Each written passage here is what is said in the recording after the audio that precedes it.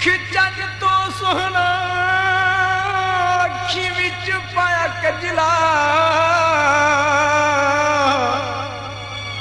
टटका मथे उतेड़िए पावे तू होया लाल ने बुलिया हिन जुल्फा खुलिया ते किता पूरा हार सिंगार तू निराती से जो सुहाग देशों के लिए दिता शौकत नू दफनाए तू पिंडा दी आबादी वे रोवाना ते की मैं करा सुबह सजना दी शादी वे माही आजा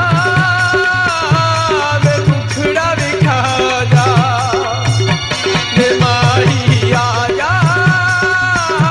वे मुखड़ा विखा जा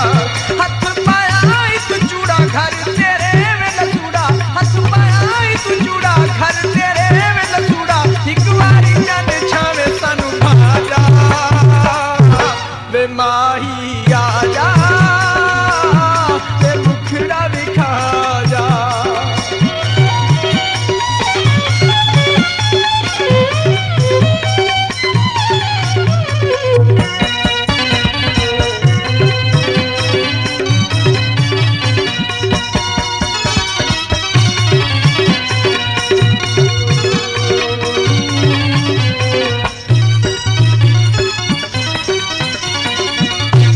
वे माही आजा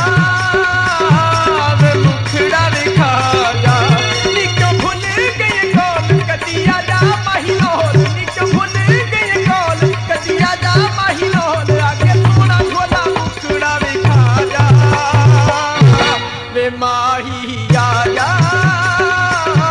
ते मुखड़ा विखा जा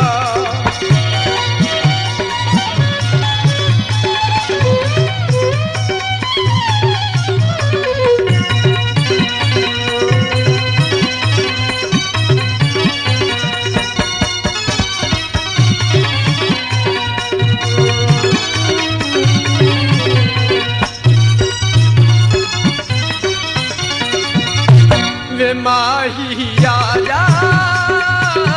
वे मुखड़ा विखा जा होया बुलियन लाल हथ सर दरमाल होया बुलियन लाल हथ सर दरमाल ते पुन माही प्यार दा तू पा जा वे माही आजा वे मुखड़ा विखा जा